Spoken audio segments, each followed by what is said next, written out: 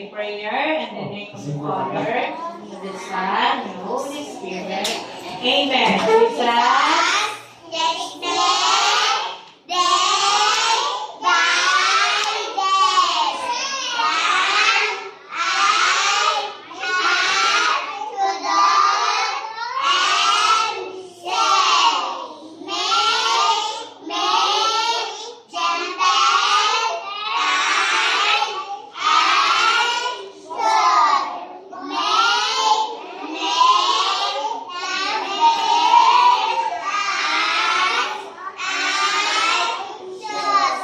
In the name of the Father, and the Son, and the Holy Spirit.